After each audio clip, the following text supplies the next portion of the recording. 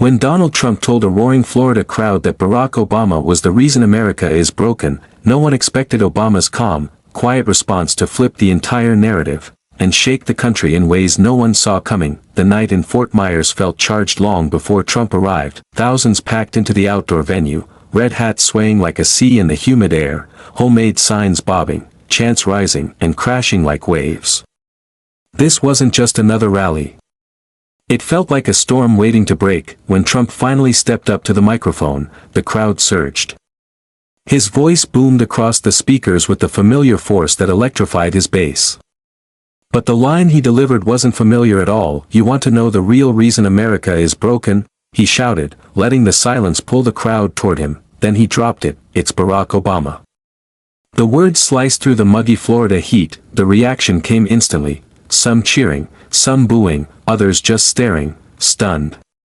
Phones shot up across the crowd. Reporters leaned forward.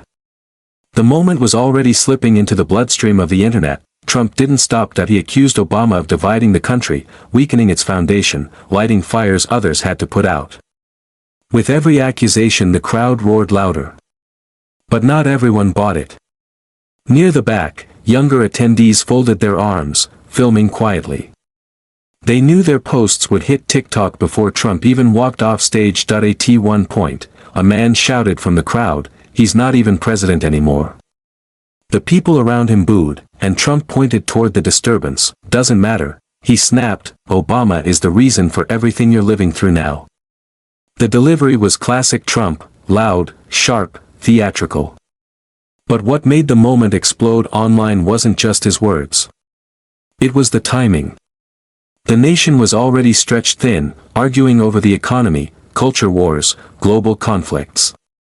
Dragging Obama back into the center of the storm was like tossing a lit match into a pile of dry leaves. Backstage, Trump's aides knew instantly, this clip was going to dominate the news cycle, and it did. Within minutes, videos hit Twitter, TikTok, Instagram. Supporters framed it as Trump speaking hard truths, critics mocked it as reaching for relevance, but everyone agreed. The moment hit hard. By the end of the rally, hashtags were trending. By the time Trump's plane took off, cable news was spinning. CNN replayed the clip non-stop. Fox called it a bold challenge. MSNBC broke it down frame by frame. Even BBC and Al Jazeera picked it up for global audiences who barely followed U.S. politics. Meanwhile, Obama said nothing, and that silence was louder than anything Trump said. Analysts debated endlessly. Would Obama respond? Would he stay above it? Would he strike back? No one knew.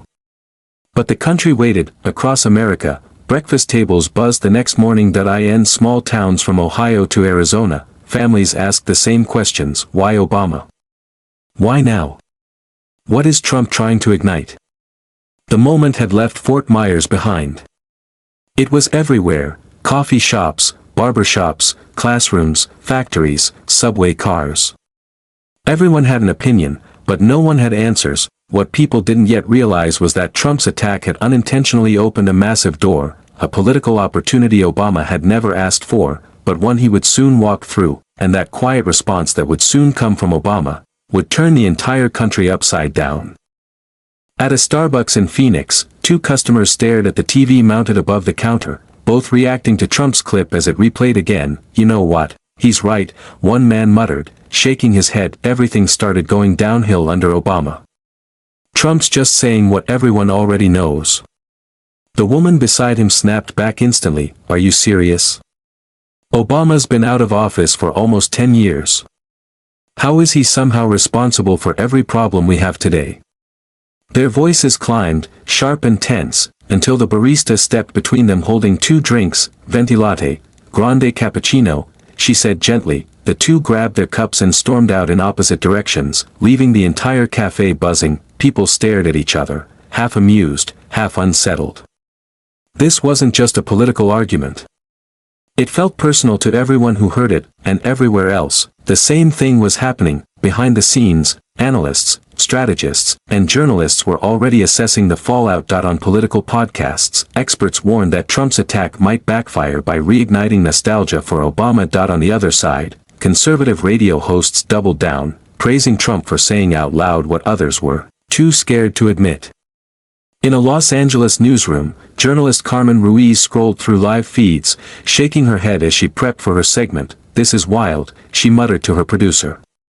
"Teachers in Wisconsin are making TikToks about this. Veterans in Florida are posting angry Facebook videos. This isn't just politics, it's personal." Her producer shrugged. "That's why it's blowing up. Everyone feels it." And he was right. By lunchtime, the phrase, "real reason America is broken," had taken on a life of its own. People twisted it into arguments, memes, inside jokes, everything from gas prices to broken relationships. Screenshots of Trump mid-sentence were plastered with captions like, "The real reason my Wi-Fi is broken." People laughed, but beneath the humor was real tension. That afternoon, one TikTok went viral. A high school senior from Cleveland spliced Trump's clip next to Obama's 2008 victory speech, captioned, "How did we go from this to that?" It hit 2 million views in a day. The comments section became a battlefield. Meanwhile, in Fort Myers, news vans crowded the parking lot where the rally had taken place. Reporters interviewed attendees. "He finally said it like it is," one man bragged, gripping his MAGA hat. Another woman admitted, cautiously, "I support Trump, but I don't know." This one felt like too much. In Washington, whispers spread through think tanks and congressional offices. A Republican aide told a colleague, "Great. Now we're fighting Obama instead of Biden. This is the last thing we needed." A Democratic strategist smirked when asked for reaction. "If Trump wants to run against Obama instead of the current president, we'll take that matchup every day." Even late-night TV got in on it. On The Tonight Show, the host played the clip before joking, "So apparently Obama is responsible for inflation, border issues, and probably why the McDonald's ice cream machine never works."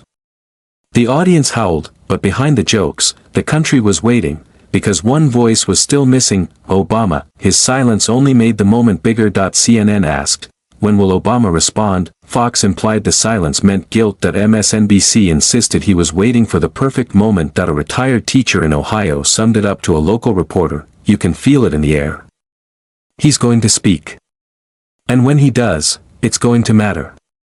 For 24 hours, Obama said nothing. No tweet. No press release. No interview. The quiet was deafening. In Detroit, where Obama was scheduled to appear the next day, the press corps camped outside the community center before sunrise. Satellite trucks crowded the lot. Reporters clustered around the entrances, murmuring like people waiting for a coming storm. Inside, Obama sat at a long wooden table with several advisors. Coffee cups and notepads were scattered, but the real weight in the room came from everyone waiting for his decision point. One advisor leaned forward, voice sharp and urgent, "We can't let this go unanswered, Barack. He called you the reason America is broken. That's not just about you, it's about your legacy." Another advisor countered, "If you respond, you give him exactly what he wants, a fight. Then the story becomes Obama versus Trump instead of the issues that matter." Obama rubbed his chin, silent for a long moment, then he asked quietly, "What do the people need to hear right now? Not what Trump wants. Not what cable news wants. What do Americans need?" The room fell silent. Later that night, Pastor Samuel Green, one of Obama's oldest mentors, visited him.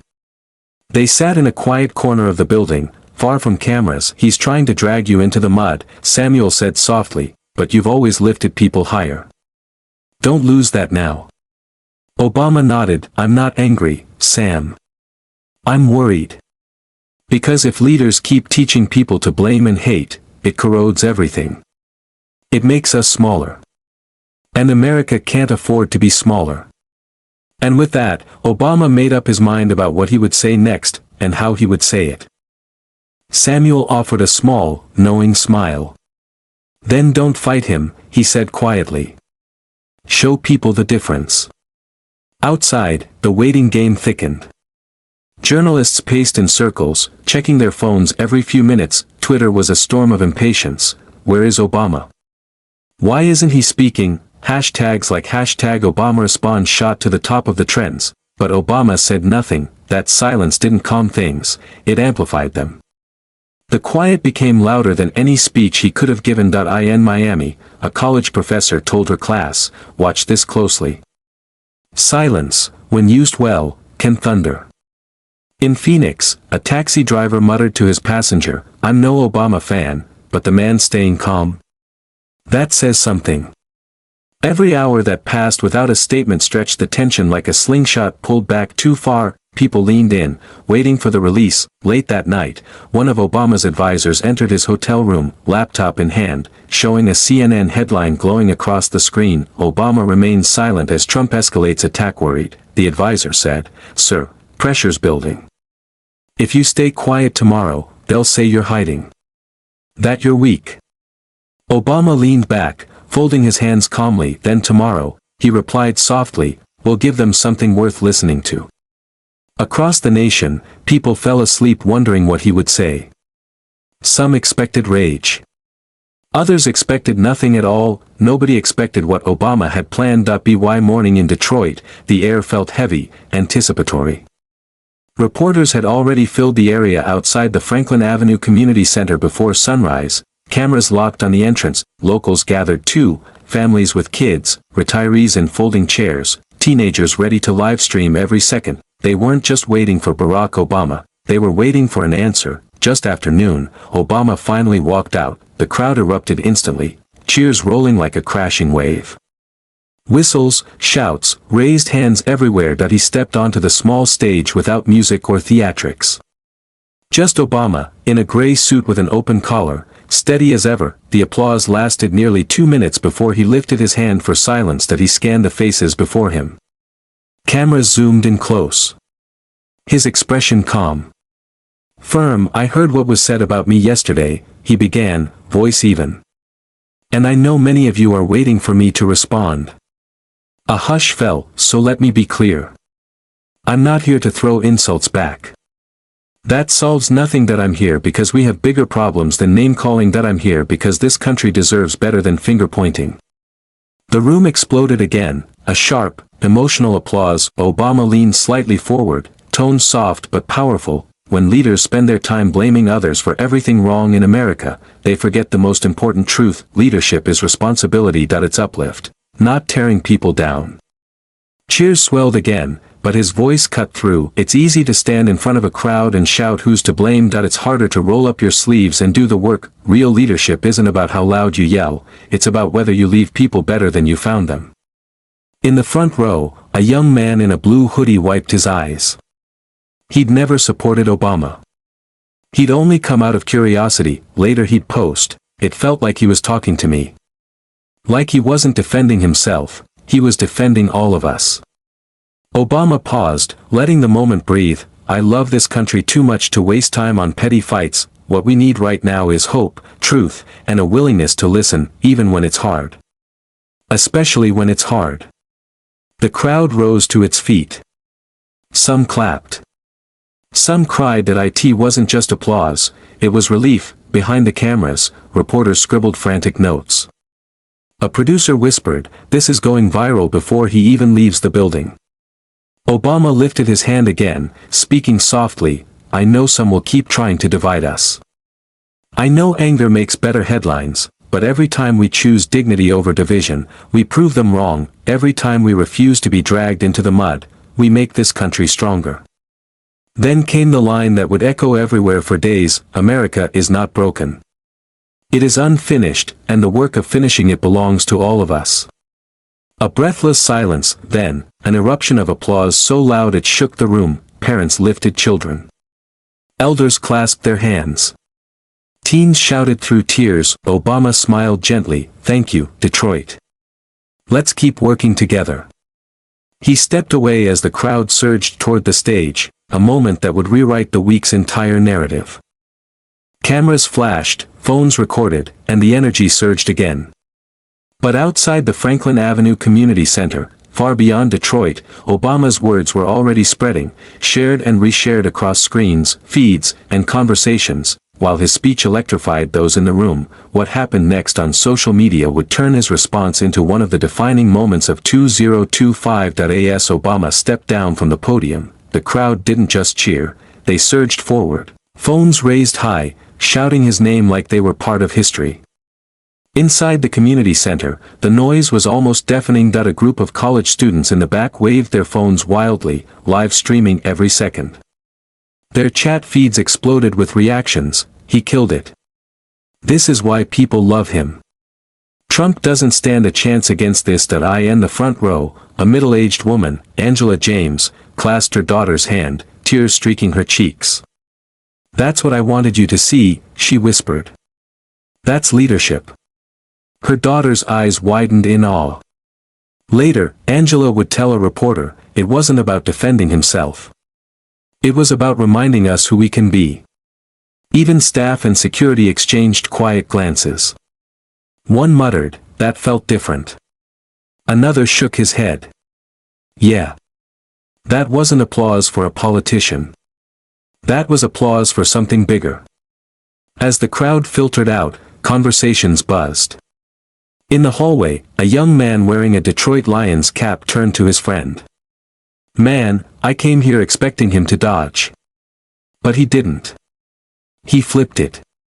He made Trump look small without even saying his name more than once." His friend laughed, slapping his shoulder. "That's what people don't get. Obama doesn't shout.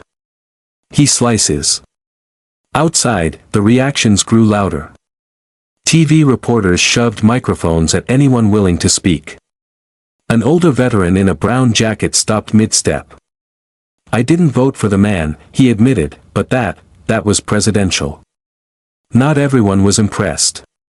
A Trump supporter, there to protest, shook her head into a Fox News microphone. "He's slick, I'll give him that. Smooth talk. Nothing new." Yet even she admitted the crowd ate it up. The most telling reactions weren't words, but faces, parents hugging children, teens whispering that they'd never seen a speech like that, elders smiling softly, as if hearing echoes of 2008, when Obama first inspired a generation with the promise of change. For many, it was a reminder that calm could exist amid chaos. Back inside, after the stage lights dimmed, staff exhaled relief. One aide murmured, "He just turned an attack into a rallying cry." Another added, "That line, 'America is not broken. It is unfinished,' that's going to be everywhere by dinner." They were right. Before people even made it home, the speech had already spread far beyond Detroit. A teenager in Minneapolis uploaded the final 30 seconds with the caption, "This hit harder than I expected." It racked up 500,000 views in an hour. A grandmother in Kansas recorded herself crying while replaying the line and posted it on Facebook. Her video was shared 40,000 times before she even realized it. The crowd reaction wasn't just noise in a room, it was ignition. Conversations sparked in grocery stores, at gas stations, on college campuses. People leaned over carts, glanced at TVs above pumps, huddled over phones. Some argued. Others simply stared in silence. A retired auto worker in Detroit summed it up best as he walked out of the event, speaking to a local radio station. "Trump lit a fire last night, no doubt about it. But Obama? He didn't pour water on it. He changed the fire. Turned it into something that warms people instead of burning them." By nightfall, polls and focus groups confirmed it. People felt steadier after Obama spoke. His calmness stood in stark contrast to Trump's aggression, reminding Americans what leadership could look like. Once those clips hit social media, his measured precision went viral. No politician could have scripted a moment like it. By sunset, the gray suit, the steady gaze, the words, "America is not broken. It is unfinished," were everywhere. TikTok, Instagram Reels, Twitter threads, Facebook posts from grandparents who rarely posted at all. The first viral clip came from a teenager filming live, adding simple text, "This gave me chills." Within 3 hours, it had over 4 million views. Comments poured in, "I needed this today. Compare this to last night, night and day." The phrase "America is unfinished" trended for 12 straight hours, inspiring memes, posters, and digital art. Some overlaid the line on images of the American flag. Others mocked Trump by contrasting his loud rally with Obama's calm, deliberate delivery. Late-night hosts replayed clips, pairing exaggerated Trump impressions with Obama's composed lines, laughter echoing across living rooms. not all reactions were jokes. A young Iraq veteran posted a shaky video from his truck, voice breaking, "I don't care what side you're on. What he said hit me. I've seen broken things in war. America ain't broken, we're scarred. Yeah, but unfinished. That's the truth." His video was shared 500,000 times in one night, even critics were caught off guard. Conservative commentator Paul Denson admitted on air, "Look, I don't like his politics, but that was a hell of a line. He's got away with words Trump just doesn't." His co-host agreed, "Yeah, and people listen. That's dangerous for Trump." Meanwhile, the internet exploded with creativity. College students in Milwaukee painted murals, stenciling unfinished across brick walls in bold red and blue. Artists on Instagram designed digital posters, including a half-painted Statue of Liberty emblazoned with the phrase, "The moment wasn't just a speech anymore, it was a movement," spreading across screens, streets, and minds, proving that calm, precise words could ignite far more than noise ever could. America is not broken. It is unfinished. Teachers began sharing the clip in classrooms as a conversation starter. One high school history teacher in St. Louis told her students, "This right here is why rhetoric matters. Words shape how people feel about the future." Even TikTok comedians joined in. One stitched Trump's fiery, "Obama is the real reason America is broken," clip next to Obama's calm response, captioning it, "Two very different energies." The side-by-side comparison spoke louder than any pundit could. Perhaps the most telling sign of the moment's power was the hesitation among some of Trump's usual defenders. Fox primetime hosts, normally quick to attack Obama, paused. For a brief moment, one segment mocked his phrasing, but even that clip was drowned out online by memes and messages praising the speech. For everyday people scrolling through feeds, the impact was less about politics and more about contrast. Trump had shouted, pointed fingers, and blamed others. Obama had stood still, spoken with calm precision, and offered perspective. The difference was inescapable. A college freshman in Denver tweeted, "One screams. The other explains. Which one feels like leadership to you?" The post hit 1 million likes in just 2 days. It wasn't just young voters. An older woman in Oklahoma recorded herself watching the speech on repeat, whispering, "This is the America I remember. Not broken, just unfinished." She wasn't alone. Facebook lit up with similar sentiments. Many from demographics political strategists had assumed drifted away from Obama long ago. The weekend, social media analysts noticed something unusual. Engagement around Obama's clip wasn't just high, it was sustained. Normally political stories burned bright and died quickly. This one kept climbing. His phrasing, timing, and the sharp contrast with Trump's attack made the clip sticky. Every repost fueled the momentum, then came the polls. A survey released 2 days later showed Obama's favorability rating jumping nearly 7 points among voters under 30. The spike was even higher among young, first-time voters. Commentators marveled, "This isn't normal," one analyst said on air. "We're seeing a post-presidency bump almost unheard of in modern politics.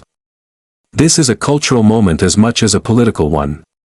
But if Obama's calm words had captured the imagination of millions online, the next shift in public opinion surprised even his staunchest critics.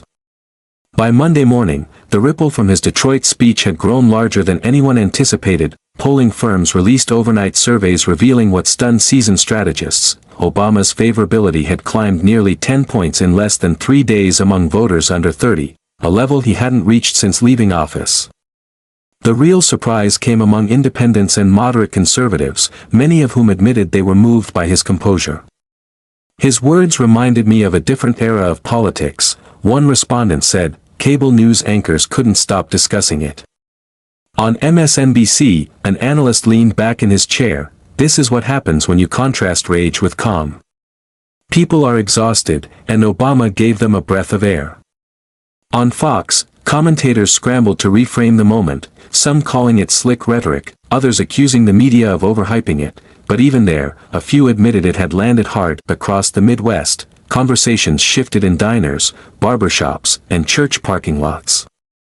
A retired factory worker in Toledo told a local paper, "I voted Republican my whole life, but that speech, it sounded like he wasn't fighting for himself. He was fighting for us. It made me think." In Atlanta, college students gathered in a dorm lounge, replaying the clip on YouTube. One shook his head, "Man, he didn't even yell. That's the part that got me." His roommate nodded, "Exactly. He wasn't trying to win an argument. He was making a point. That's different." The shift wasn't just in sentiment, it was in engagement. Younger voters, many previously disengaged, began sharing stories about how Obama's words had reignited their interest. Hashtags like #UnfinishedAmerica and #LeadershipMatters flooded Instagram and Twitter. High school teachers used the clip as a writing prompt. Pastors quoted it in sermons. Corporate leaders referenced it during meetings on resilience and teamwork, and it wasn't only Democrats or left-leaning voices fueling the momentum. In Nebraska, a Republican city councilman admitted on a radio interview, "I disagree with most of Obama's policies, but that speech? That was leadership. I'll tell you what, I'd rather have calm words like his than the constant shouting match we're stuck in now," one commentator said. The host chuckled, but the clip quickly went viral, spreading as further proof that something unusual was happening. Trump noticed immediately. He fired off posts on Truth Social attacking Obama, calling his speech boring and weak. But his words didn't land with the same force. Screenshots of his rants were mocked across Twitter, often paired with side-by-side comparisons to Obama's calm line about dignity. Even some of his loyalists seemed frustrated, commenting, "Stop talking about Obama and focus on Biden." The unexpected shift wasn't just in polls, memes, or hashtags, it was in the atmosphere. People who had grown cynical about politics began talking with a glimmer of something different. Not quite hope, but relief. Relief that someone was speaking in a way that didn't raise blood pressure, didn't pit neighbor against neighbor. At a high school gym in Indiana, where kids had gathered for a basketball game, the announcer referenced the speech before tip-off. "Remember what he said, America isn't broken, it's unfinished." Parents in the bleachers laughed and clapped. The phrase had moved from politics into everyday life, a sign of just how far it had reached. News outlets soon shifted focus. Features ran not on Trump's attack, but on Obama's response. Editorial boards praised the dignity of his words. Opinion writers argued it showed what leadership looked like. The Washington Post called it a masterclass in restraint. Even the Wall Street Journal, often critical of Obama, acknowledged that the speech struck a chord. The most striking part, however, wasn't what Obama said, it was the reaction it sparked. A young journalist in Cleveland tweeted, "It's like the whole country collectively remembered what politics used to sound like." Thousands retweeted it with simple captions, "YES.BY midweek." Polling suggested the effect was more than nostalgia. Obama's surge was influencing broader questions of trust and leadership. When asked who best represented American values, more Americans chose Obama over Trump. It wasn't just numbers, it was momentum nobody had anticipated, but just as the tide seemed to turn, Trump prepared his counterpunch, a barrage of attacks designed to reclaim attention. By Thursday, cracks in his confidence were visible to his inner circle, and to him. Obama's Detroit speech wasn't just another headline, it had captured something deeper. Every poll, trending hashtag, and late-night segment painted the same picture: Trump had started a fight, and somehow managed to lose it without Obama even raising his voice. True to form, Trump doubled down. That morning, he stormed onto Truth Social in all caps, "Obama is a fraud. Worst president in history. Nobody respected him." Another post accused Obama of orchestrating the nation's current problems behind the scenes. Within minutes, screenshots of the rant circulated across Twitter, mocked and dissected by commentators and everyday users alike. By evening, Trump was back on stage in Orlando. The crowd was just as large, just as loud as Fort Myers, but something felt different. As he launched into his speech, his attacks on Obama dominated nearly half an hour. Barack Hussein Obama, he emphasized, relishing the middle name, is the reason we have chaos at the border, weak foreign policy, our country falling apart.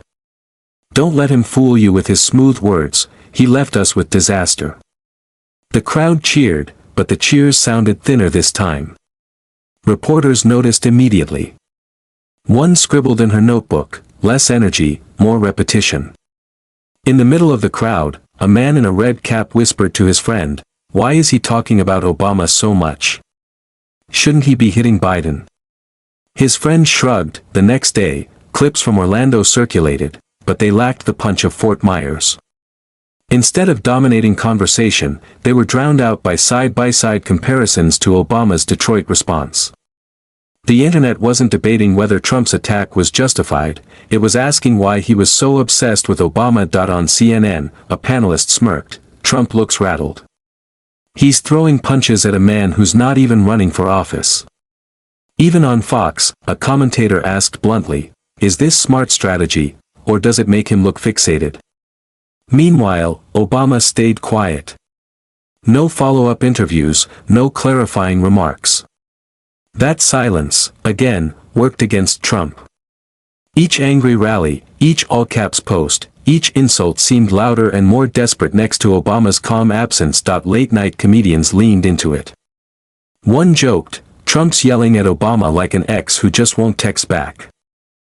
The audience roared, but beneath the laughter was a quiet recognition, Obama's restraint was making Trump look smaller. Inside Trump's campaign offices, advisors argued bitterly over strategy. One aide insisted, "We've got to pivot back to Biden, we're losing control of the narrative." Another shot back, "If we back down now it looks weak. He has to keep pressing Obama." Trump, pacing with his phone in hand, snapped, "No. People need to remember how bad Obama was. I built my presidency on that. We're not letting him off the hook." Outside those walls, the public wasn't following his script. In Michigan, a local radio host fielded calls for 2 straight hours. Caller after caller, even some self-identified Trump supporters, admitted they were tired of hearing about Obama. "If you're running against Biden, talk about Biden," one man said bluntly. "Why are you dragging up old fights?" Even conservative columnists joined in caution. A piece in the National Review warned, by resurrecting Obama as his main opponent, Trump risks reminding Americans why they admired Obama in the first place.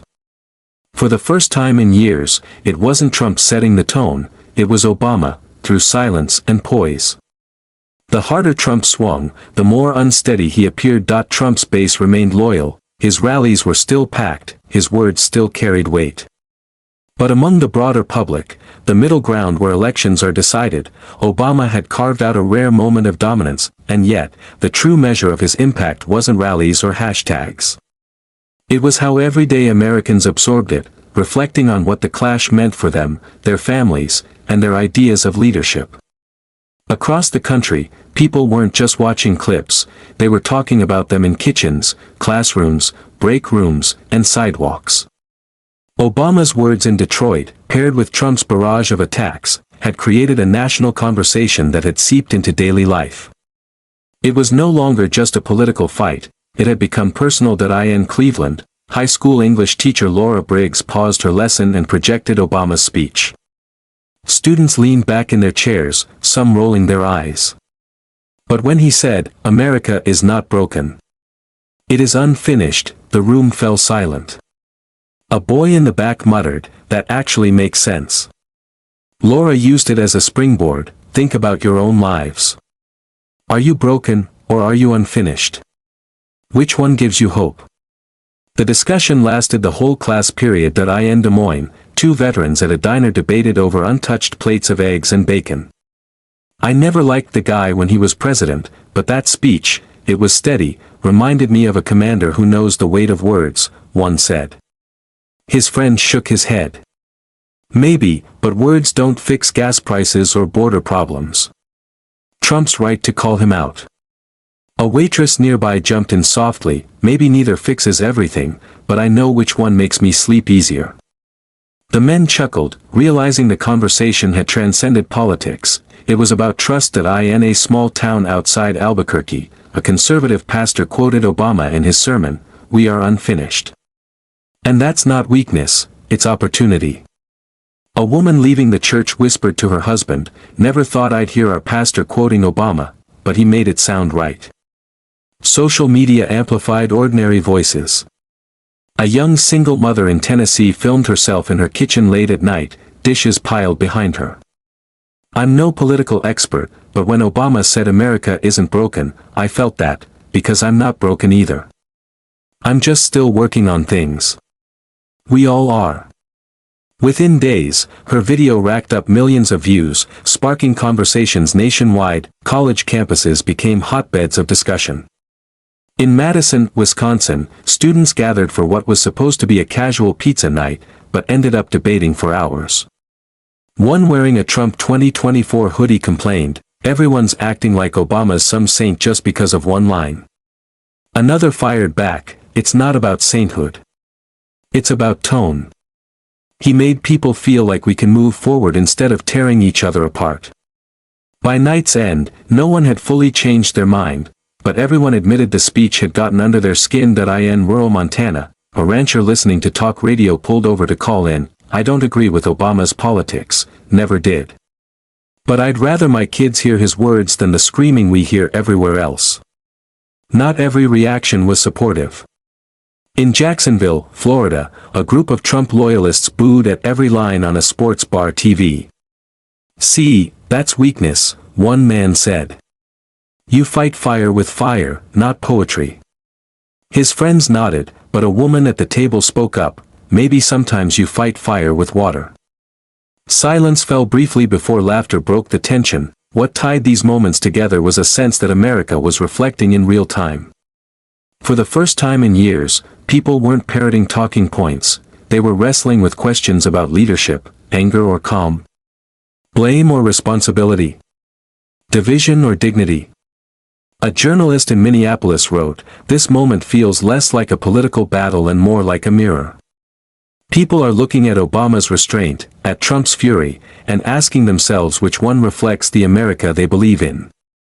By the end of the week, it was clear this wasn't just another skirmish in America's endless political battles. What began as a furious attack in Fort Myers had become a defining moment about leadership, dignity, and the power of words. Everywhere you looked, the contrast was impossible to miss. Trump, loud and relentless, throwing punches at an opponent who wasn't even on the ballot. Obama, measured and calm, refusing to take the bait, and reminding people that politics could still sound hopeful. The real shock wasn't what either man said, it was how Americans responded. In Philadelphia, a father leaned across the dinner table to his teenage son, "Listen to both of them. Decide for yourself which one sounds like someone you'd follow into a hard time." The son thought for a moment. "The one who makes me feel like it's not all over," he said quietly. In a nursing home in Arizona, residents nodded along to replays of Obama's words. One woman whispered, "It feels like he gave us permission to believe again." Coaches used the speech to rally their teams. Teachers encouraged students. Parents talked to children about character. "America is unfinished" became more than a quote, it became a metaphor, a source of hope, not broken, just unfinished. Meanwhile, Trump kept hammering away, hosting rallies, launching insults. But each outburst seemed smaller than the last. Commentators noted plainly, for the first time in years, Trump had lost control of the narrative. He wasn't defining the conversation, he was reacting to it. Obama, by contrast, had spoken once, clearly, and stepped back. His restraint became the story as much as the speech itself, and that's the heart of the lesson. Leadership isn't always the loudest voice in the room. Sometimes it's knowing when to speak, when to stay silent, and how to carry yourself in a way that steadies people rather than shakes them. Rage grabs attention, but calm earns respect. Anger might light a spark, but dignity builds something that lasts. For a nation battered by years of division, the contrast between fury and composure felt like a mirror. People had to ask themselves, what do we want to see in our leaders? Someone who blames, or someone who studies, learns, and lifts? By week's end, one truth was undeniable: Trump's attack had backfired, handing Obama an unexpected victory in the court of public opinion. Not because Obama fought back, but because he didn't. He elevated the conversation. He reminded millions that strength doesn't always roar, it often speaks quietly, and carries far. Maybe the bigger lesson isn't about Obama or Trump. It's about us. About the energy we reward, the tone we follow, and the country we want to build. As Obama said, America isn't broken, it's unfinished. What happens next depends not just on leaders holding microphones, but on all of us, listening, watching, and choosing the example we carry forward. Dignity can outshine anger. Calm can be louder than fury. That's not just a political takeaway, it's a life lesson. And if you believe lessons like this matter, there's more to tell. This is only the beginning.